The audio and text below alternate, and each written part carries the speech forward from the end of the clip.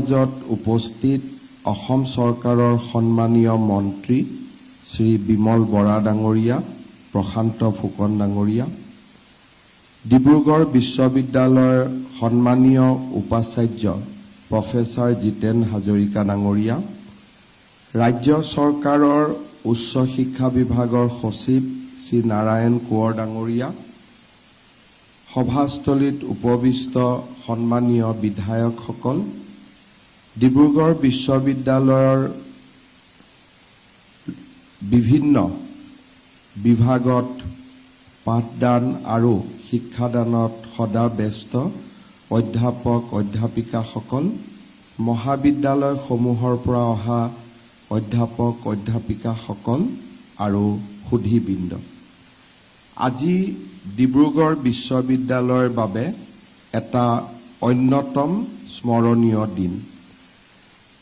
প্ৰথমবাৰৰ বাবে ডিব্ৰুগড় বিশ্ববিদ্যালয়ত প্ৰায় 200 কোটি টকাৰ মূলধনী ব্যয়ৰ বাবে ৰাজ্য চৰকাৰ আৰু কেন্দ্ৰীয় চৰকাৰ দুইখন চৰকাৰে সহায় আগবঢ়াইছিলে আৰু ডিব্ৰুগড় বিশ্ববিদ্যালয়ৰ লগত এক দীৰ্ঘ আলোচনাৰ পিছত প্ৰকল্পসমূহ চূড়ান্ত কৰি আজি তাৰ আমি আধাৰশিলা স্থাপন অনুষ্ঠানৰ সাক্ষী হলোঁ আৰু অনাগত 2 বছৰৰ ভিতৰত এই প্ৰকল্পসমূহ যাতে সম্পন্ন হয় তাৰ বাবেও আমি সংকল্পবদ্ধ হ'ব পাৰিলোঁ।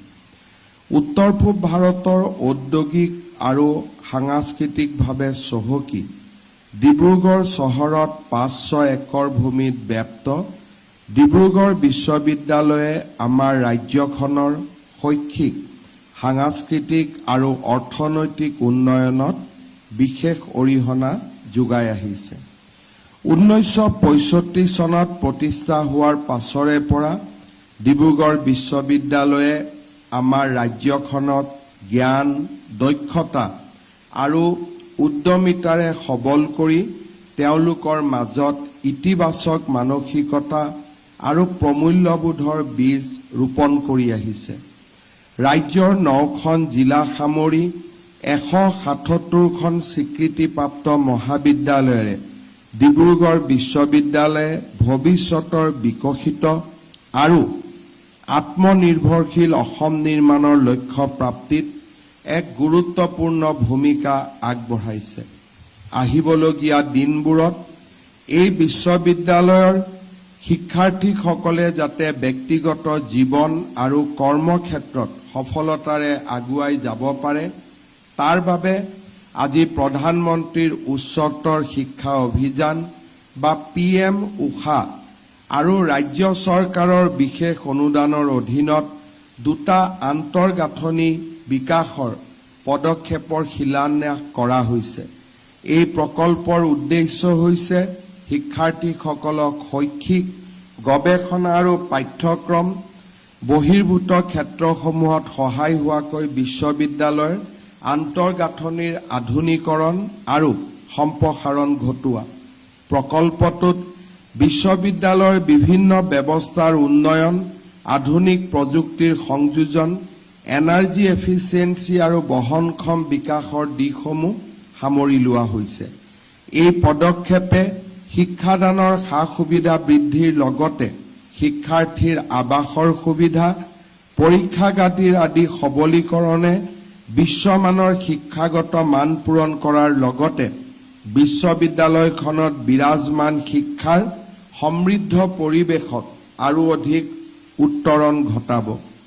প্ৰধানমন্ত্ৰীৰ উচ্চতৰ শিক্ষা অভিযানৰ অধীনত প্ৰায় 71 কোটি টকাৰ প্ৰকল্প ব্যয়েৰে ডিব্ৰুগড় বিশ্ববিদ্যালয় আন্তঃগাঁথনি উন্নয়নৰ বাবে ৰূপায়ণ কৰিবলগীয়া পদক্ষেপসমূহ হৈছে ছাত্ৰীসকল থকাৰ খোৱাৰ সা-সুবিধাৰে 176খন বিচনাযুক্ত ছাত্ৰী নিবাস নিৰ্মাণ, অভ্যৰ্থনা কক্ষ, কাৰ্যালয়, সভা কক্ষ, 39টা শ্ৰেণীকোঠা, এটি বিজ্ঞানাগাৰ সামৰি 6 মহলীয়া একাডেমিক বিল্ডিং, 3 মহলীয়া গৱেষণা কেন্দ্ৰ নিৰ্মাণ, য'ত 150 গৰাকীকৈ শিক্ষাৰ্থী বহিব পৰাকৈ দুটা শ্ৰেণী কোঠা, অভ্যৰ্থনা কক্ষ, সভা কক্ষ, ষ্টাৰ্টআপ আৰু উদ্ভাৱনৰ বাবে ইনকিউবেশ্যন কেন্দ্ৰ, গ্ৰন্থ, জাৰ্নেল, ডিজিটেল মেটেৰিয়েলৰ উপলব্ধ থাকিবলগীয়া গ্ৰন্থাগাৰ, কম্পিউটাৰ লেব, সাৰ্ভাৰ কক্ষ আদি। ৰাজ্য চৰকাৰৰ বিশেষ অনুদানেৰে মুঠ 75 কোটি 49 লাখ টকা ব্যয়েৰে বিশ্ববিদ্যালয়ত 5টাকৈ আন্তঃগাঁথনিমূলক পদক্ষেপ ৰূপায়ণ কৰা হ'ব। ছাত্ৰীসকলৰ বাবে 324খন বিচনাযুক্ত ছাত্ৰী নিবাস, বিশ্ববিদ্যালয়ৰ মূল প্ৰৱেশদ্বাৰৰ পৰা আৰম্ভ হোৱা বৰ্তমানৰ পথটো বহলৰ লগতে সৌন্দৰ্যবৰ্ধন, 3টাকৈ শোৱনি কোঠাযুক্ত 16টা আৱাসিক কোৱাৰ্টাৰ, এথলেটিক ট্ৰেক আৰু ফুটবল খেলপথাৰ, 1000 আসনযুক্ত দৰ্শকৰ আসনত সুবিধা সামৰি ক্ৰীড়া প্ৰকল্পত 400 মিটাৰৰ 8টা লেনৰ সিন্থেটিক ট্ৰেক নিৰ্মাণ, ব্যায়ামগাৰৰ উন্নয়ন। এই প্ৰকল্পসমূহৰ লগতে ডিব্ৰুগড় বিশ্ববিদ্যালয়ত দ্বিতীয় সংস্কৰণত আৰু প্ৰায় 50 কোটি টকাৰ বিভিন্ন আঁচনি আমাৰ বিবেচনাধীন হৈ আছে, যিসমূহ অনতিপলমে স্বীকৃতি পাব। এই পদক্ষেপসমূহ সম্পূৰ্ণ হৈ উঠিলে বিশ্ববিদ্যালয়ৰ আন্তঃগাঁথনি অধিক সবল হোৱাৰ লগতে শিক্ষাৰ্থীসকলৰ বাবে উন্নত শৈক্ষিক বহিৰ্পাঠ্যমূলক কাৰ্যকলাপৰ এক যোগাত্মক পৰিৱেশ গঢ় লৈ উঠিব। ৰাজ্য চৰকাৰে ৰাজ্যৰ বিভিন্ন বিশ্ববিদ্যালয়ত আমি আন্তঃগাঁথনি আৰু আধুনিক প্ৰযুক্তিৰে সুসজ্জিত কৰাৰ বাবে বিভিন্ন পদক্ষেপ হাতত লৈছিলোঁ। ডিব্ৰুগড় বিশ্ববিদ্যালয়ত 200 কোটি টকাৰ সহায়ৰ সমান্তৰালভাৱে আমি ৰাজ্যৰ আটাইকেইখন নতুন বিশ্ববিদ্যালয়, ভট্টদেৱ বিশ্ববিদ্যালয়, মাধৱদেৱ বিশ্ববিদ্যালয়, যোৰহাটৰ মহিলা বিশ্ববিদ্যালয় আৰু আমাৰ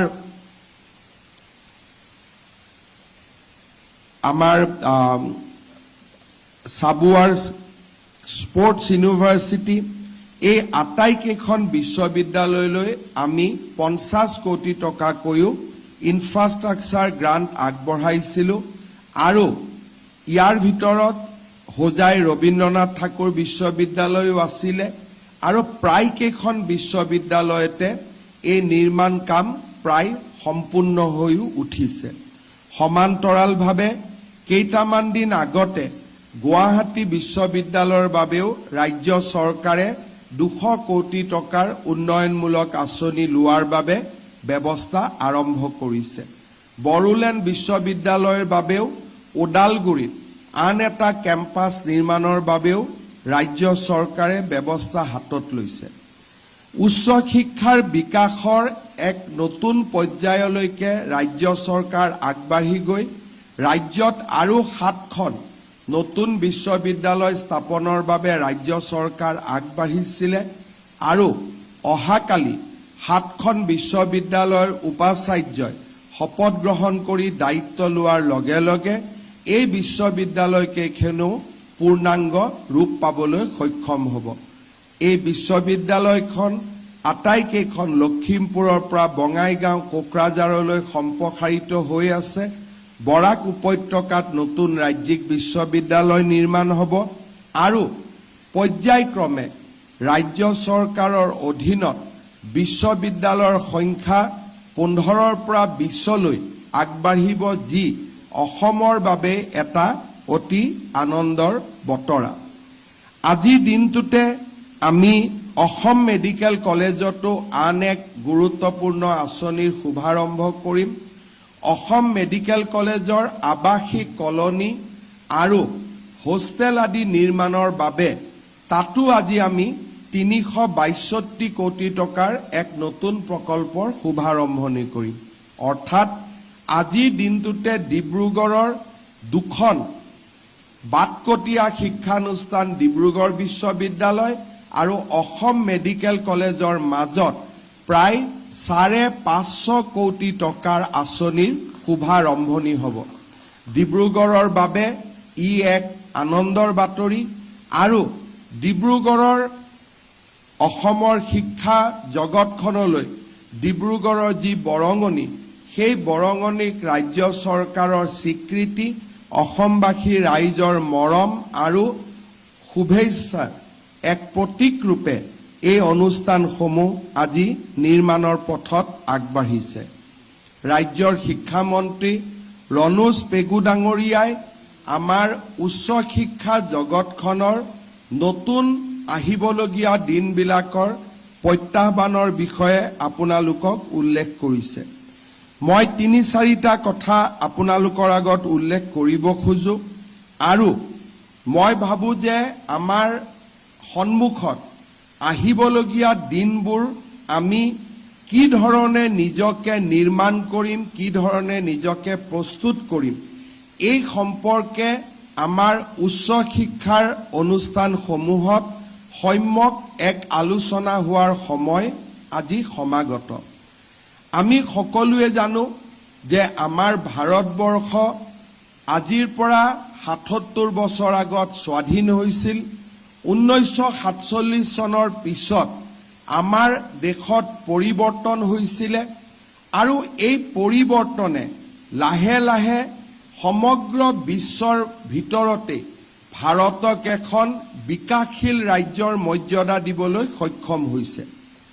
আমি যদি দেখা পাওঁ যে এই সময়ছোৱাৰ ভিতৰতে ভাৰত সমগ্ৰ বিশ্বৰ ভিতৰতে চতুৰ্থ অৰ্থনীতিত পৰিণত হৈছে আৰু আমি আশা কৰোঁ যে 2029 চনৰ ভিতৰত ভাৰতে আনুষ্ঠানিকভাৱে জাপানকো পিছ পেলাই বিশ্বৰ তৃতীয় অৰ্থনীতিত পৰিণত হ'ব। ভাৰতবৰ্ষৰ এই বিকাশৰ লগত সমান্তৰালভাৱে প্ৰধানমন্ত্ৰী নৰেন্দ্ৰ মোদী ডাঙৰীয়াই সপোন দেখিছে যে আমাৰ যি অৰ্থনৈতিক বিকাশ বা আমাৰ যি অৰ্থনৈতিক গতি, তাক যদি আমি মোমেণ্টাম বা তাৰ যদি আমি গতি ধৰি ৰাখিব পাৰোঁ, 2047 চনত ভাৰত এখন বিকশিত ৰাষ্ট্ৰলৈ ৰূপান্তৰ হ'ব। আৰু তাৰ কাৰণে প্ৰধানমন্ত্ৰী মোদী ডাঙৰীয়াই কৈছে যে 2047 চনলৈ আমাৰ যি যাত্ৰা, সেয়া অমৃতকালৰ যাত্ৰা আৰু আমি নিজকে অমৃতকালৰ বাবে প্ৰস্তুত কৰিব লাগিব। যেতিয়া আমি এই কথাষাৰ লিটাৰেৰী সেন্সত ল'ম যে প্ৰধানমন্ত্ৰী ডাঙৰীয়াই কৈছে 2047 চনত ভাৰত বিকশিত ৰাজ্য হ'ব, ই অমৃতকালৰ যাত্ৰা, ইয়াক আমি লিটাৰেৰী এটা ইনফৰমেশ্যন হিচাপে লোৱা এটা কথা আৰু আনটো কথা যে যদি 2047 চনলৈ ভাৰত অমৃতকালত প্ৰৱেশ কৰে, এই সময়ছোৱাত আমাৰ দায়িত্ব কি হ'ব, আমাৰ অপৰচুনিটি কি হ'ব, তাক চিন্তা কৰা আন এক কথা। যদি ভাৰতবৰ্ষ 2047 চনত বিকশিত ৰাজ্য হ'ব লাগে, ৰাষ্ট্ৰ হ'ব লাগে, তাৰ মানে আমি নিশ্চিতভাৱে চিন্তা কৰিব পাৰোঁ যে অহা 20টা বছৰত যদি আজি 2027 বৰ্ষ বুলি ধৰি লওঁ, 20ৰ লগত 2 বছৰ আৰু যোগ কৰোঁ, 22টা বছৰ। এই 22টা বছৰত আমাৰ ইকনমিক পটেনচিয়েল কিমান হ'ব, আমাৰ উদ্যোগীকৰণ কিমান হ'ব, আমাৰ চাৰিওফালে পৰিৱেশটোৰ কিমান পৰিৱৰ্তন হ'ব, তাক আমি অনুভৱ যদি কৰিব পাৰোঁ, সেই অনুভৱৰ লগত আমি সুযোগ আৰু সুবিধাও তাৰ লগত আমি দেখা পাম। এটা সময়ত ভাৰতবৰ্ষৰ অৰ্থনীতি আমি কেতিয়াও চিন্তা কৰা নাছিলোঁ যে আমাৰ অৰ্থনীতিয়ে বিশ্বৰ চতুৰ্থ আৰু তৃতীয় স্থান লাভ কৰিব পাৰিব। অসমত থাকি তাক আমি অনুভৱ কৰা নাছিলোঁ, পূব ভাৰতত থাকি তাত আমি অনুভৱ কৰা নাছিলোঁ, বিকজ এই গোটেই বিপ্লৱটোৰ নেতৃত্ব লৈছিলে পশ্চিম ভাৰত আৰু দক্ষিণ ভাৰতে। ভাৰতৰ যদি আজি আমি GDP চাওঁ, ভাৰতৰ যদি ইকনমিক আজি আমি অপৰচুনিটি চাওঁ, তেতিয়াহ'লে আমি দেখা পাওঁ যে ৭৫ বছৰত ভাৰত য'ত আহি থিয় দিলে এই গোটেই যিটো ডেভেলপমেণ্ট জাৰ্নি হ'ল, উদ্যোগীকৰণৰ যি জাৰ্নি হ'ল বা শিক্ষা, মহাকাশ, ক্ৰীড়া, এই গোটেই যিটো জাৰ্নি হ'ল, that journey was led by Southern India and Western India. আমি যদি আজি দেশৰ GDP হিচাপ কৰোঁ, অসমৰ যদি GDP আজিৰ দিনত ৬ লাখ কোটি টকা, মহাৰাষ্ট্ৰৰ GDP আজিৰ দিনত 30 লাখ কোটি টকা, গুজৰাটৰ GDP 25 লাখ কোটি টকা, তামিলনাডুৰ GDP in the range of 25 lakhs to 30 lakhs crore. অৰ্থাৎ যদি পূব ভাৰতৰ আৰু উত্তৰ ভাৰতৰ ৰাজ্যসমূহ এফালে আমি থৈ দিওঁ আৰু দক্ষিণ আৰু পশ্চিম ভাৰতৰ ৰাজ্যসমূহ এফালে থৈ দিওঁ, তেতিয়াহ'লে 2/3 of the economy, এই 2/3 ইকনমি দক্ষিণ ভাৰতৰ পৰা আহিছে আৰু পশ্চিম ভাৰতৰ পৰা আহিছে। ইয়াৰ নেট মিনিংটো কি হৈছে? ইয়াৰ নেট মিনিংটো হৈছে যে আমাৰ ৰাষ্ট্ৰত দুই ধৰণৰ প্ৰদেশৰ নিৰ্মাণ হৈছে। এছাম প্ৰদেশে ভাৰতৰ এই যিটো উত্তৰণ, স্বাধীনতাৰ সময়ত আমাৰ ইকনমি যিটো 30 নম্বৰত আছিল, 35 নম্বৰত আছিল, তাৰ পৰা যিটো 3 নম্বৰ ইকনমিলৈকে আমাৰ যাত্ৰা, এই গোটেইটো কণ্ট্ৰিবিউট কোনে কৰিলে?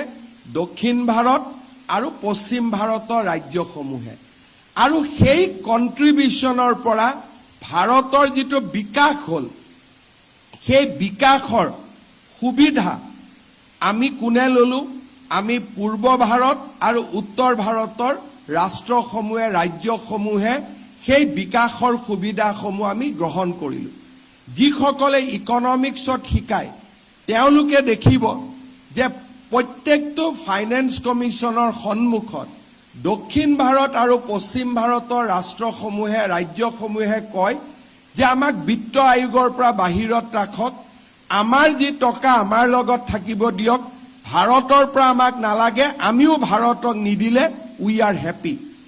কিন্তু বিত্ত আয়োগে যিমান দেশৰ উৎপাদন হয়, ইনকাম হয়, সকলোকে সমানে বিতৰণ কৰে, ফৰ্মুলা ৱাইজ বিতৰণ কৰে। এজ এ ৰিজাল্ট য'ত পুঁজিৰ উৎপাদন হৈছে তাৰ পৰা পুঁজিসমূহ আমাৰ উত্তৰ পূব ভাৰত এইসমূহ ৰাজ্যসমূহলৈকে ডাইভাৰ্ট হৈছে বা আমালৈকে পুঁজিসমূহ ভাৰত চৰকাৰে বিতৰণ কৰিছে। প্ৰধানমন্ত্ৰী মোদী ডাঙৰীয়াই দায়িত্ব লোৱাৰ পিছৰে পৰা তেওঁ এটা কথাই উল্লেখ কৰি আছে যে যদি আমি এই ইকনমিক মডেলটোতে ৰখি থাকোঁ যে পশ্চিম আৰু দক্ষিণে কণ্ট্ৰিবিউট কৰিব, পূব আৰু উত্তৰ পূব ভাৰত আমাৰ ৰাষ্ট্ৰৰ বাবে এটা ডিপেণ্ডেণ্ট ষ্টেট হৈ থাকিব, তেতিয়া আমাৰ ৰাষ্ট্ৰখনত সমবিকাশ হ'ব নোৱাৰে। প্ৰধানমন্ত্ৰী ডাঙৰীয়াই চেষ্টা কৰিছিলে যে উত্তৰ পূব ভাৰত, পূব ভাৰত আৰু আমাৰ উত্তৰ ভাৰতৰ পৰাও ইকনমি নিৰ্মাণ হওক, একোখন উৎপাদনশীল ৰাজ্যৰ নিৰ্মাণ হওক, যাতে ভাৰতৰ ডেভেলপমেণ্ট, ভাৰতৰ গ্ৰোথ বাই 2047 সকলো ৰাজ্যৰ পৰা আহিব পাৰে। প্ৰধানমন্ত্ৰী ডাঙৰীয়াৰ যিটো স্বপ্ন আছিল, সেই স্বপ্নৰ সুযোগ লৈ আজি উৰিষ্যা পূৰ্ব ভাৰতৰ এখন ডেভেলপ ষ্টেটলৈ ৰূপান্তৰ হৈছে আৰু তেওঁলোকৰ ডেভেলপমেণ্টৰ যিটো জাৰ্নি, এই জাৰ্নি এতিয়া দক্ষিণ আৰু পশ্চিম ভাৰতৰ ৰাজ্যসমূহৰ লগত সমানে থিয় হোৱাৰ পথত তেওঁলোক আগবাঢ়িছে। এতিয়া যদি আপোনালোকে চাই যে এভৰি ইয়াৰ উৰিষ্যাৰ GDP বাঢ়িছে, উৰিষ্যাৰ বাজেট বাঢ়িছে আৰু উৰিষ্যা এখন ইকনমিকেলি প্ৰস্পাৰ ষ্টেটলৈ ৰূপান্তৰ হৈছে। সমান্তৰালভাৱে উত্তৰ ভাৰতত, পূব ভাৰতত উৰিষ্যা, উত্তৰ ভাৰতত উত্তৰ প্ৰদেশ যোৱা 6, 7, 8, 10 বছৰত they are also moving very fast, য'ত নেকি দেশৰ বিকাশৰ লগত তেওঁলোকে নিজকে খোজ মিলাব পাৰে।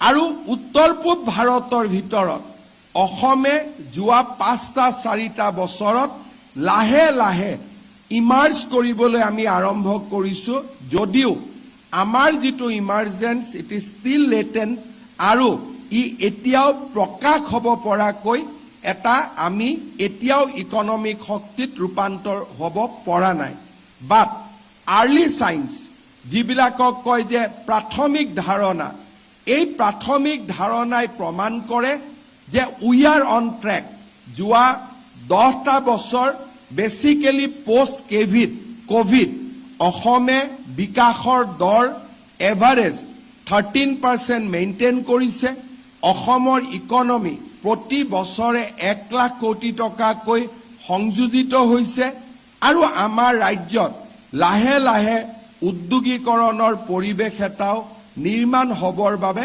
আৰম্ভ কৰিছে আজি এই সময়ছোৱাত আমাৰ বাবে আটাইতকৈ ডাঙৰ চ্যালেঞ্জ কি যদি এখন ৰাজ্য ইকনমিক্যালি প্ৰস্পাৰ হ'ব লাগে তাৰ ষ্ট্ৰেংথ এণ্ড উইকনেছ প্ৰথম তাৰ বিষয়ে আলোচনা হ'ব লাগিব অসমৰ ষ্ট্ৰেংথ কি আমাৰ যিখিনি ষ্ট্ৰেংথ আছিলে ভাৰতৰ জিঅ'পলিটিক্যাল চেঞ্জৰ কাৰণে আমাৰ ষ্ট্ৰেংথ আজিৰ পৰা 50 বছৰ আগত আমাৰ যি ষ্ট্ৰেংথ আছিল those strength has been minimized যেতিয়া স্বাধীনতাৰ ডোকমোকালিতে অসমৰ 1 মিলিয়ন মেট্ৰিক টন বা 2 মিলিয়ন মেট্ৰিক টন তেল এটা ৰাষ্ট্ৰৰ বাবে এটা ডাঙৰ সম্পদ আছিল কিন্তু with the improvement of maritime sector যেতিয়াৰ পৰা সমুদ্ৰ জাহাজেদি তেল অহা আৰম্ভ কৰিলে আৰু ভাৰতত তেল কনজাম্পশন ইমানেই বাঢ়িলে সেই তেল কনজাম্পশনৰ কম্পাৰিজনত অসমৰ 2 বা 3 মিলিয়ন মেট্ৰিক টন আমাৰ টোটেল আমাক যিমান তেল কনজাম্পশন লাগে তাৰ তুলনাত আমি বহুখিনি আমাৰ কন্ট্ৰিবিউশন নেগলিজিবল ৰূপান্তৰ হ'ল গুজৰাটৰ সমুদ্ৰ তীৰত ৰিফাইনাৰী বহিব আৰম্ভ কৰিলে কৰ্ণাটকৰ সমুদ্ৰ তীৰত ৰিফাইনাৰী বহিব আৰম্ভ কৰিলে আৰু সাগৰৰ পৰা জাহাজেদি ৰাছিয়াৰ পৰা ইৰাণৰ পৰা আৰবৰ পৰা টনে টনে লিটাৰ পেট্ৰল আহিলে ডিজেল আহিলে সমুদ্ৰ তীৰত শোধন হ'ল আৰু ৰিফাইন তেল ভাৰতে এক্সপোৰ্ট কৰিব আৰম্ভ কৰিলে নিজক ব্যৱহাৰত ৰখাৰ বাদ দি অসমেও তাৰ লগত খাপ খুৱাবলৈ পাৰাদীপৰ পৰা পাইপলাইন লৈ অসমেও বাহিৰৰ পৰা তেল আনিব চেষ্টা কৰিলে যাতে নুমলীগড় শোধনাগাৰ আমি জিয়াই ৰাখিব পাৰো অসমৰ কয়লা আছিল স্বাধীনতাৰ আগত কিন্তু এই কয়লাৰ যিটো উৎপাদন মহানদী কোল ব্লক যেতিয়া উৰিষ্যাত আৱিষ্কাৰ হ'ল ঝাৰখণ্ডত কোল ব্লক আৰম্ভ হ'ল ছত্তীশগড়ত কোল ব্লক যেতিয়া ডিসকভাৰ হ'ল আমাৰ কন্ট্ৰিবিউশন ইমানেই নেগলিজিবল হৈ গ'ল যে কোল ইণ্ডিয়াই এতিয়া চিন্তা কৰি থাকে যে ইয়াৰ অপাৰেশনটো আমি কেনেকে বন্ধ কৰি পেলাব পাৰো অৰ্থাৎ মিনাৰেলছৰ ক্ষেত্ৰত অসমৰ স্বাধীনতাৰ এটা ডন অফ ইণ্ডিপেণ্ডেন্স আমাৰ যি এডভান্টেজ আছিল সেই এডভান্টেজ ৰাষ্ট্ৰৰ বিকাশ আৰু অল্টাৰনেটিভ বিকল্পৰ আৱিষ্কাৰে আমাক সেই যিটো পজিশনিং আমাৰ আছিল তাৰ পৰা আমি বহুত দূৰ পিছুৱাই গলো আৰু দক্ষিণ ভাৰতৰ ৰাজ্যসমূহে সমুদ্ৰ তীৰৰ ৰাজ্যসমূহে আমাক বহুত দূৰ পিছ পেলাই থৈ গল কয়লাৰ ক্ষেত্ৰতো আমি বহুত দূৰ পিছ পৰি গলো কাৰণ যদি আজি মাৰ্ঘেৰিটাত আমি 2 মিলিয়ন মেট্ৰিক টন কয়লা উৎপাদন কৰিব পাৰো Mahanadi has a capacity to produce 200 million metric ton of coal গতিকে that পাৰ্থক্য ইমানেই বাঢ়ি গল যে we missed out that initial advantage যিটো আমাৰ স্বাধীনতাৰ সময়ত এডভান্টেজ আছিল এতিয়া আমাৰ এডভান্টেজ কোড হ'ব পাৰে অসম যদি এটা জায়ান্ট ইকনমিলৈ ৰূপান্তৰ হ'ব পাৰে mineral is not in our support এতিয়া আমি কোড আমি আগুৱাই যাব পাৰো এটা জিঅ'পলিটিক্যাল লোকেশনস আৰু সেকেন্ড হৈছে মানৱ সম্পদ এই দুইটাৰ উপযুক্ত উত্তৰণ আৰু উপযুক্ত ব্যৱহাৰেৰে অসমক আমি ভাৰতৰ এখন কম্পিটিটিভ ষ্টেট হিচাপে আমি লৈ যাব পাৰো হোৱাট ইজ আৱাৰ জিঅ'পলিটিক্যাল লোকেশন আমি জানো যে অসম যদি আমি ভাৰতৰ মেইনল্যান্ডৰ পৰা চাওঁ উই are at the north east কৰ্নাৰ কিন্তু যদি আমি সাউথ ইষ্ট এছিয়াৰ মানচিত্ৰৰ পৰা চাওঁ আসাম এট দ্য ডোৰ ষ্টেপ অসমৰ পৰাই সাউথ ইষ্ট এছিয়া আৰম্ভ হয় কিন্তু তাৰ এডভান্টেজ লবৰ কাৰণে মায়ানমাৰ পিসফুল হ'ব লাগিব বাংলাদেশেদি আমি সাগৰৰ এক্সেছ পাব লাগিব আৰু মায়ানমাৰেদি ট্ৰাইলেটাৰেল হাইৱে দি আমি বেংকক আদিৰ মাৰ্কেটলৈকে বা ভাৰতৰ মাৰ্কেট বেংকক আদিৰ মাৰ্কেট অসমেদি পৰিচালিত হ'ব লাগিব সো মই ভাবো যে another 20 years মায়ানমাৰ আৰু বাংলাদেশৰ জিঅ'পলিটিক্যাল সিচুৱেশ্যন ব্যৱসায়ৰ বাবে কণ্ডাক্টিভ হ'ব পৰাৰ সম্ভাৱনা তেনেই কম এতিয়া আমাৰ নেক্সট এডভান্টেজ কি নেক্সট এডভান্টেজ হৈছে মানৱ সম্পদত আমাৰ ডাঙৰ এডভান্টেজ হৈছে যে আজি ইণ্ডিয়াৰ মিডিয়ান এজ হৈছে 27 অৰ্থাৎ ইণ্ডিয়াৰ যেটো যুৱক সমাজৰ মধ্যকালীন বয়স সেইটো হল 27 বছৰ অৰ্থাৎ India is a young country but fast it is going towards becoming a old country কাৰণ 27 বছৰ এইবাৰ যদি মিডিয়ান এজ হয় by 2047 we will also reach somewhere around 35 অৰ্থাৎ we will have a aging population সন্তানৰ জন্ম fertility rate is on a downslide আমাৰ NFSS 5 ৰ যদি আপোনালোকে বুলেটিন চাই our fertility rate is already below 2%. Gotike, India's manpower will also be aging in next 5 years. But in that comparison, Assam's median age is 22 years. Orthat India jiman young, tatkoi Assam is young by another 5 years. India aji jodi median age is 27.5. Assam's median age is at 22. Comparatively, in our country, in compared to Western India and Southern India, Assam and Northeast is a region with more young population. That is our basic advantage. So, ami jodi a young population to production leke anibo paru, productive koribo paru. আমি যদি এটা competitive youth force এটা আমি নিৰ্মাণ কৰিব পাৰো Assam can claim a new position in our economic journey আজি আমি অসমত উদ্যোগ আহিব পাৰে এটাই কাৰণে উদ্যোগ আহিব যে অসমত আমি ম্যান পাৱাৰ পাম কাৰণ অসমৰ পপুলেশন ইজ কম্পাৰেটিভলি ইয়ং টাটাৰ লগত যেতিয়া আমি সেমিকন্ডাক্টৰৰ কথা পাতিছিলো apart from whatever personal relation we have তেওঁলোকক যেতিয়া দুটা বছৰ আমি কনভিন্স কৰিব চেষ্টা কৰিছিলো তেওঁলোকৰ এটা ইয়াৰষ্টিক আছিল যে অসমত ইঞ্জিনিয়াৰিং কলেজ কিমান আছে পলিটেকনিক কিমান আছে আৰু আমাক ম্যান পাৱাৰ দিবৰ কাৰণে অসম কেপেবল হয় নে নহয় that was the only discussion এটা বছৰ আমি এই ডিসকাশন কৰিছিলো তেওঁলোকে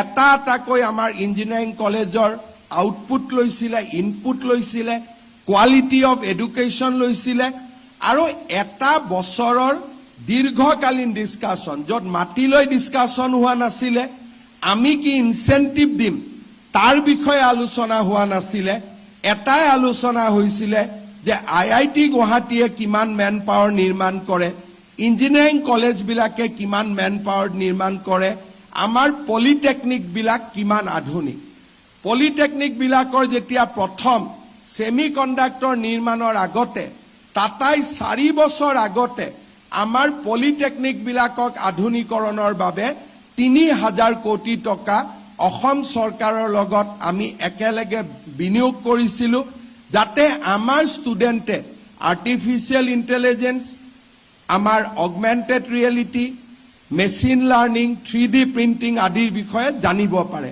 আজি আপোনালোকে যদি অসমৰ পলিটেকনিক আৰু IIT সমূহলৈকে যায় তেতিয়ালে দেখিব যে টাটা আৰু অসম চৰকাৰৰ উদ্যোগত ইন্ডাষ্ট্ৰি 4.0 ৰ কাৰণে প্ৰয়োজনীয় মানৱ সম্পদ নিৰ্মাণৰ কাৰণে we have created a infrastructure. Bharat চৰকাৰে নেইলিট ইউনিভাৰ্চিটি অসমক দিলে যাতে we can create manpower for industry 4.0. আজি গোটেই পৃথিৱীৰ আৰু বিশ্বৰ ফোকাস হৈছে ইণ্ডাষ্ট্ৰী 4.0 আৰু অসমত যদি ইকনমিক ডেভেলপমেন্ট হ'ব লাগে আমি তেনেকুৱা উদ্যোগ কৰিব লাগিব যি উদ্যোগ মিনাৰেলৰ ওপৰত নিৰ্ভৰশীল নহয় যি উদ্যোগ খনিজ পদাৰ্থৰ ওপৰত নিৰ্ভৰশীল নহয় যি উদ্যোগ কমপ্লিটলি মানৱ সম্পদৰ ওপৰত নিৰ্ভৰশীল সেমিকন্ডাক্টৰ ইজ এ ইণ্ডাষ্ট্ৰী য'ত কোনো ৰ মেটেৰিয়েলৰ প্ৰয়োজন নাই ৰ materials R very very negligible ইয়াত কি লাগে ক্ৰাফটমেন যে কেনেকৈ আমি এটা এটা সেমিকন্ডাক্টৰ চিপ আমি সুন্দৰ কৰি নিৰ্মাণ কৰিব পাৰো আজি অসমৰ 1000 ছোৱালীয়ে কৰ্ণাটকত কাম কৰি আছে যাতে জাগিৰোডত আহি তেওঁলোকে যোগদান কৰিব পাৰে ইট ইজ অল এবাউট ৱৰ্কমেনশ্বিপ কি ধৰণে আমি নিজৰ ৱৰ্কমেনশ্বিপ আমি দেখুৱাব পাৰো আজি টাটাৰ সেমিকন্ডাক্টৰ যদি সাকসেস হয় 100% ম্যান পাৱাৰ যদি আমি অসমে দিব পাৰো সেমিকন্ডাক্টৰ আৰু ইয়াৰ লগত জড়িত গোটেই ইকোসিস্টেমটো আমি অসমলৈকে লৈ আহিব পাৰো কিন্তু অসমত ইণ্ডাষ্ট্ৰী হ'ব ম্যান পাৱাৰো বাহিৰৰ পৰা আহিব তাৰ ৰ মেটেৰিয়েলো বাহিৰৰ পৰা আহিব কেতিয়াও অসমত উদ্যোগীকৰণ নহয় কাৰণ যদি ৰ মেটেৰিয়েলো অসমত নাই ম্যান পাৱাৰো অসমত নাই তেতিয়াহলে আমি অসমত কেতিয়াও কম্পিটিটিভ এডভান্টেজ আমি যাব নোৱাৰো আৰু নেট ৰিজাল্ট অসম সদায় ডিপেন্ডেন্ট ষ্টেট হৈ থাকিব লাগিব আমি ভাৰতৰ কেতিয়াও কন্ট্ৰিবিউটৰী ষ্টেট হ'ব নোৱাৰো 2047 ভাৰত যেতিয়া বিকশিত ৰাষ্ট্ৰত ৰূপান্তৰ হ'ব কোন ৰাজ্যই কন্ট্ৰিবিউট কৰিলে Orissa UP Gujarat Tamil Nadu Karnataka and Assam will be at the end. আজি আমি দেশৰ ভিতৰত we are 17th economy. কিন্তু 17 আৰু 12ৰ মাজত the gap is very big. আমি বিহাৰ আৰু পাঞ্জাবৰ লগত সমানত আছো with a difference of 1 lakh score 2 lakh score. কিন্তু যেতিয়া 12ৰ পইণ্টত আহি যাও the gap become 10 lakh score. যিটো আমি without fast industrialization আমি কেতিয়াও সম্ভৱ কৰিব নোৱাৰো আনলেস আমি অসমত এটা উদ্যোগীকৰণৰ ডাঙৰ বিপ্লৱ এটা আৰম্ভ কৰিব নোৱাৰো আৰু উদ্যোগীকৰণৰ বিপ্লৱ নিৰ্মাণ হ'ব যেতিয়া আমাৰ কলেজ ইউনিভাৰ্সিটিত আমি এটা নতুন মানৱ সম্পদ সৃষ্টিৰ আমি এটা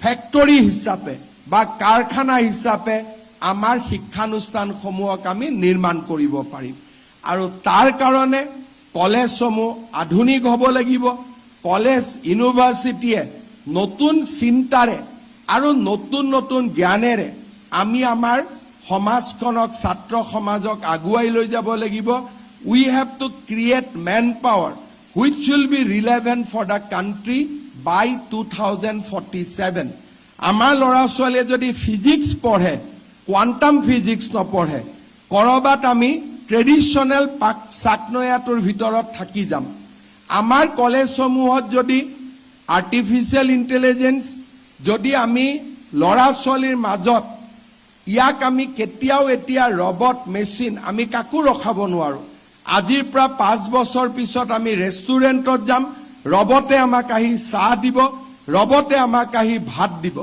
আজিৰ পৰা 10 বছৰ পিছত কোনো আৰ্মিৰ জোৱানে যুদ্ধ কৰিব না যায় ৰবটে গৈ যুদ্ধ কৰিব ৰাছিয়া ইউক্ৰেইনৰ যুদ্ধত ইতিমধ্যে ৰবটে যুদ্ধত জয়নিং কৰিছে তেওঁলোকে যুদ্ধ কৰিছে we have to give just command আজি আমি মেচিনে কাম কৰিব মেচিনক নিয়ন্ত্ৰণ কৰাৰ শক্তি আমাৰ ছাত্ৰ ছাত্ৰীৰ হ'ব লাগিব we must know how to control machine learning or বিষয়ে আমি জানিব লাগিব data analytics যিমানে আমাৰ ৰাজ্যসমূহ আগুৱাই যাব data will play the most vital role এতিয়া আমাৰ কৰিবলগীয়া কথা বিশেষ একোৱে নাথাকে যোৱাকালি আমি এডুকেশ্যন ডিপাৰ্টমেণ্ট ডিব্ৰুগড়ত আলোচনা হওঁতে আমি আলোচনা কৰোঁতে দেখিছিলোঁ যে অসমত ড্ৰপ আউট ইমান পাৰ্চেণ্ট ছেকেণ্ডাৰী লেভেলত 20%।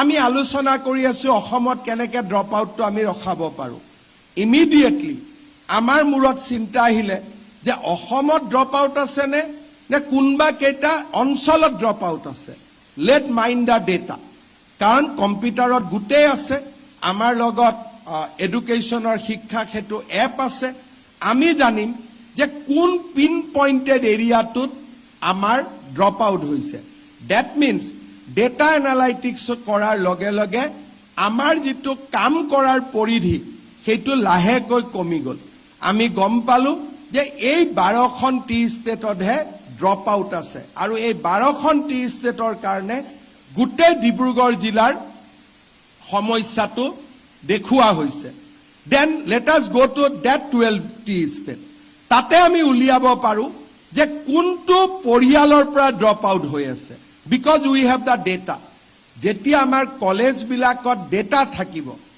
অনুষ্ঠানত ডেটা থাকিব data analysis will now resolve the problem আগতে আমি ভাবি থাকোঁ যে ড্ৰপ আউট হৈছে ডেফিনেটলি লোৱাৰ আছামত ড্ৰপ আউট হৈছে নলবাৰীত হৈছে বৰপেটাত হৈছে যেতিয়া আমি ডেটা এনালাইচিছ কৰোঁ তেতিয়া আমি দেখা পাওঁ 92% attendance in Barpeta and 70% attendance in Tinsukia কিন্তু সাধাৰণতে মানুহৰ ধাৰণা হ'ব যে বৰপেটা পিছত আছে তিনচুকীয়া আগত আছে but when you data analyse the data আসল পিকচাৰটো আপোনাৰ কাষত আহি পাব চ' আমাৰ ষ্টুডেণ্টে world will run by the data analytics আমাৰ ষ্টুডেণ্টে ইয়াৰ বিষয়ে কিমান জানে এই গোটেই পৃথিৱীখনত অসমক আমি আটাইতকৈ ইণ্ডাষ্ট্ৰীৰ কাৰণে পজিশ্যনিং কৰিব পৰা আমাৰ একমাত্ৰ ৰাস্তাটো হৈছে মানৱ সম্পদ আমাৰ হাতত আজিৰ দিনত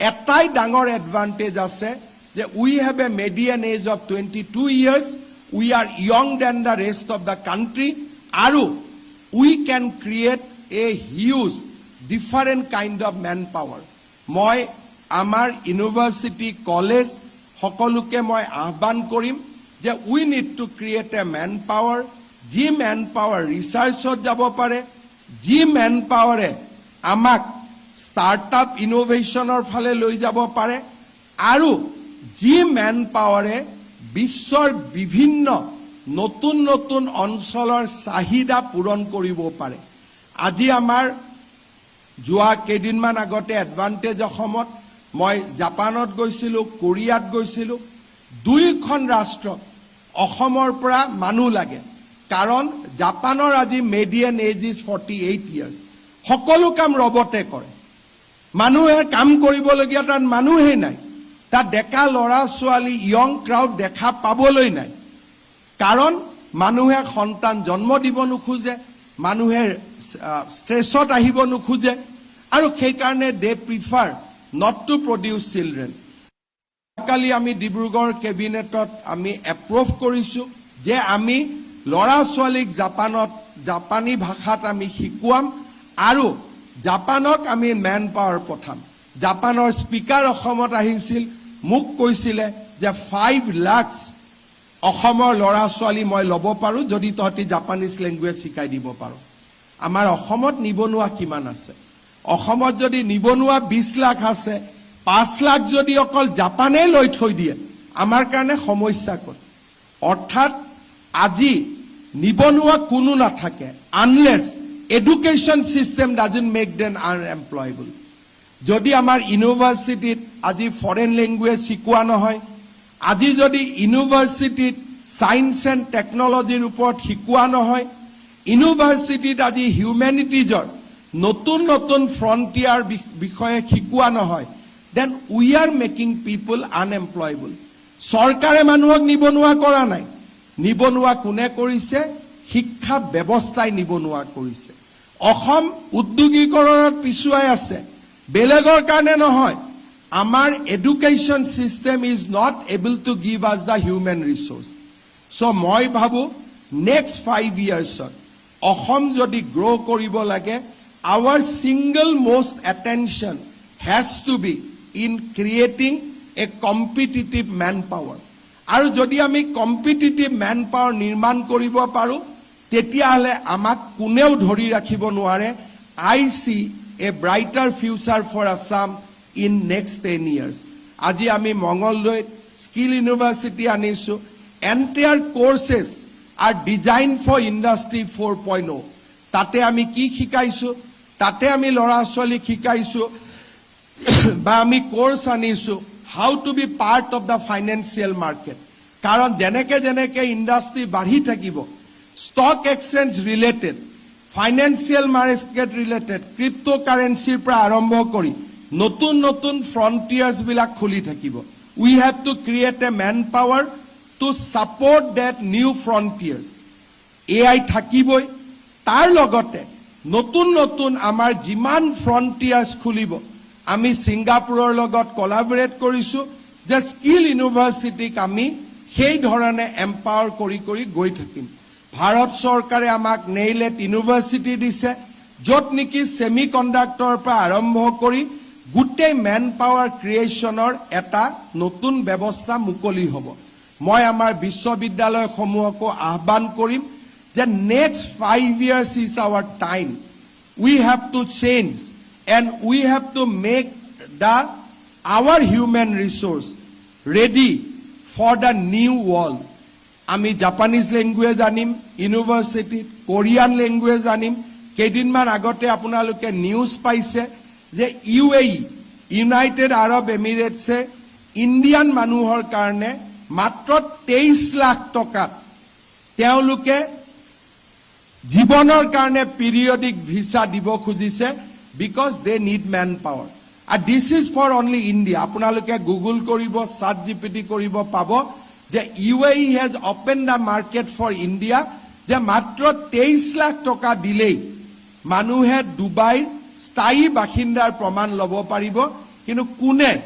those who have knowledge of nursing education, those who have knowledge of IT, সেই ধৰণে they have categorized 70 trade. যে এই 70 ট্ৰেডৰ বিষয়ে জনা ল'ৰা ছোৱালীক আমি UAE straight way আমি থকাৰ পাৰ্মানেণ্ট ৰেচিডেঞ্চিপ উইল গ্ৰান্ট. আজি জাপান, কোৰিয়া, UAE, জাৰ্মানী যিমান এম্বেচাডৰে মোক লগ কৰিব আহে চবে এটা কথা কয় যে ছাৰ আমাৰ লেংগুৱেজৰ এটা ট্ৰেইনিং ইনষ্টিটিউট আপুনি অসমত খোলক. বোলে ভাগা ভাগা ক'ব পাৰিলে হ'ল, বাকী আমি লৈ যাম. They are desperate. আৰু তেওঁলোক আজি যিমান desperate, India will be equally desperate because আজি যদি জাগিৰোডৰ দৰে আৰু 3টা ছেমি কণ্ডাক্টৰ অসমত আহে 1.5 লাখ ল'ৰা ছোৱালী লাগিব. ক'ৰ পৰা আমি পাম? জাগিৰোডত 30,000 লাগিব. আৰু 3টা যদি আমি ক্ৰেক কৰিব পাৰোঁ উই ৰিকুৱাৰ 90,000 মেন পাৱাৰ. কোনখন কলেজে আমাক দিব? আজি আমি যোৱা 3টা বছৰত দেখা পাইছোঁ হায়াৰ এডুকেশ্যনত আমাৰ এডমিশ্যন বঢ়া নাই. We are at static stage. আজি যদি আমি দেখা পাওঁ গাঁৱৰ কলেজবিলাকত students number is coming down. Samarth পৰ্টেলত again it is all about data analytics. Samarth পৰ্টেলত ডাটা এনালাইটিক্স কৰিলে আমি দেখা পাওঁ যে ৰুৰেল কলেজত ষ্টুডেণ্ট ট্ৰিমেণ্ডাছলি কমিব আৰম্ভ কৰিছে. আৰবানৰ ফালে আছে বাট it is not very encouraging. The increase is not even 10%. Reason being, population jetia kome, student to bahibo nuare. Our population is on decline. Jodi Ohomor eta community jodi ami bad diu, amar rest of all community, our population is declining. Shibosagar, Dibrugarh, Lakhimpurot, ami student enupua hoi jam after 5 years because এতিয়া যদি আপোনালোকে survey কৰে ডিব্ৰুগড় ইউনিভাৰ্চিটিৰ ওচৰে পাজৰে সকলো পৰিয়ালে এটা এটা সন্তান জন্ম দি আছে. So your students will become 50%. 5টা জন্ম দিয়াটো এতিয়া এটা জন্ম দি আছে. So in next 5 years Dibrugarh ইউনিভাৰ্চিটিয়ে বাহিৰত গৈ পেলাই ইনভাইট কৰিব লাগিব যে মোক ষ্টুডেণ্ট দিয়ক. ইমান যে আজি 500 বেডৰ হোষ্টেল বনাইছোঁ, এই হোষ্টেলত চৰৰ পৰা ল'ৰা ছোৱালী নাহিলে ইয়াৰ ল'ৰা ছোৱালী থকা ৰাস্তাই নোহোৱা হ'ব because we will not have young man power আমাৰ লগত য়ং মেন পাৱাৰ নাই so Assam is facing a different kind of challenges আৰু আমাৰ educational institute university must discuss those challenges আৰু আমি কেনেকে relevant হৈ থাকিম কেনেকে প্ৰাসংগিক হৈ থাকিম how will change our outlook all this should be in our agenda for next 5 years আজি আমি definitely election of 2026 2026 to 31 our journey should be to reinvent our academic institute আমি কেনেকে institute বিলাকক reinvent কৰিম কেনেকে আমি সময় উপযোগী কৰিম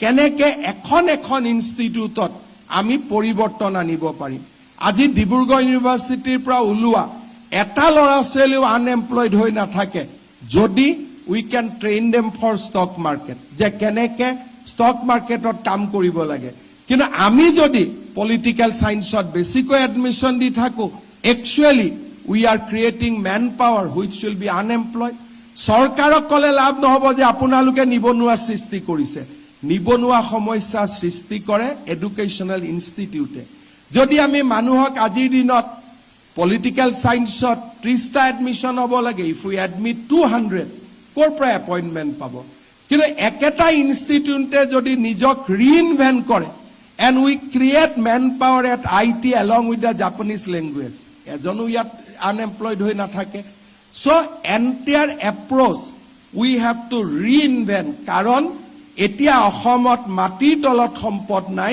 অসমত যিমান সম্পদ আছে মাটিৰ ওপৰত আছে আমাৰ কেতিয়াবা আবেগিক হৈ মানুহে কয় আমাৰ তেল আছে আমাৰ কয়লা আছে এতিয়াতো আমি we can make lot of research যে মহানদীত কিমান কোল আছে মাৰ্ঘেৰিটাত কিমান কোল আছে আম্বানিয়ে আৰু ৰাছিয়াৰ ৰজভেল্টে যিমান তেল তেওঁলোকে 35 মিলিয়ন মেট্ৰিক টন আৰু 25 মিলিয়ন মেট্ৰিক টন অকল গুজৰাটৰ জামনগৰতে ৰিফাইন কৰে ট্ৰাকেদি আনে ওকে জাহাজেদি আনি মেংগলোৰ ৰিফাইনাৰী কৰ্ণাটকত কতো খনিজ তেল নাই কিন্তু Mangalore refinery refine more crude than Numaligarh refinery কাৰণটোৱে হ'ল যে এতিয়া বিশ্বৰ কবাটো খনিজ সম্পদ থাকিলে it will travel ইয়ালৈকে গুছি আহিব সেই কাৰণে আৰু কেনেকে গুছি আহিব by pipeline by ships there are no problem কাৰণ আজি তেওঁলোকৰ যেটো ষ্টৰ তেওঁলোকৰ যেটো মিনাৰেল ৰিজাৰ্ভিয়ৰ বহুত কান্ট্ৰিত আৰব ৰাছিয়া তাৰ লগত we do not stand anywhere আৰু অসমৰ পৰা আমি পঠিয়াই গুজৰাটত পঠিওৱাতকৈ জাহাজেদি ইৰানৰ পৰা হাতু it is more economic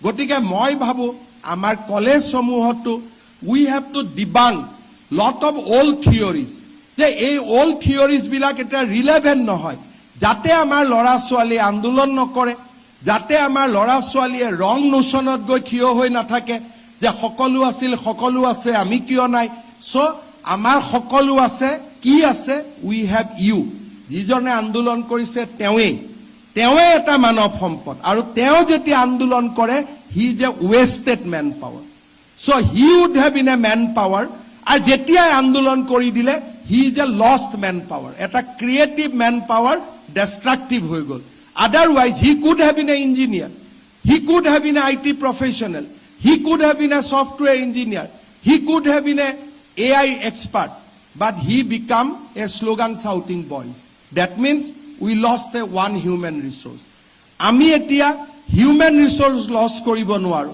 আৰু মই যদি অলপমান ৰিজনালিষ্ট হৈ কওঁ যে অসমীয়া এতিয়া এটাও হিউম্যান ৰিসোৰ্স লস কৰিব নোৱাৰে কাৰণ আমাৰ ৰিসোৰ্সে আছে কিমান শিৱসাগৰৰ হস্পিটালত বাচ্চা জন্ম দিবৰ কাৰণে আই মাতৃ নাই এতিয়া the way it is going down ডিব্ৰুগড়ত মেডিকেল কলেজত এসমত মই আহিলে ward is full of pregnant lady আজিকালি তো নাই the scene has changed আপোনালোকে আজিকালি পেপাৰটো নুখুনিব প্ৰসূতি মাতৃক মৃত্যু হল মাৰপিট হল হস্পিটাল ভাঙিলে because the number has come down so drastically এই নিউজ বিলাক হিমন্ত বিশ্ব শৰ্মাই বন্ধ কৰা নাই যে মই কবাত হস্পিটাল ভাল কৰি দিলো, ডাক্তৰৰ স্বভাৱ মই ভাল কৰি দিলো, সেই কাৰণে গণ্ডগোল নোহোৱা হৈ গ'ল। No, the law of biology save everything.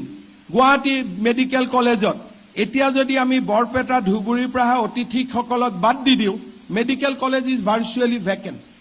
তাত কোনো ষ্টুডেণ্ট, তাত পেচেণ্টে নাই, কাৰণ আমাৰ যিকেইটা পেচেণ্ট আছে দে আৰ ভেৰি মিনিমাম। তাতো আপোনালোকে ডেটা এনালাইটিক্স কৰিব পাৰে, চিম্পল ডেটা এনালাইটিক্স, ৰিলিজিয়নটো ল'ব আৰু ডিষ্ট্ৰিক্ট ল'ব, everything will become clear. So' Assamese, Asomiya man power মানে এতিয়া স্কেয়াৰ্ড মেন পাৱাৰ হৈ যাব আফটাৰ 5 to 10 years। কৰবাত এটা ল'ৰা পালেও কব, বাবা আহ তই ইমিডিয়েটলি, বিচাৰি আছিলো তোক। This will be our situation in next 10 years। So those are crises in our front. মুখ্যমন্ত্ৰীৰ মুখৰ পৰা শুনাতকৈ I want to learn about the crisis from the academician.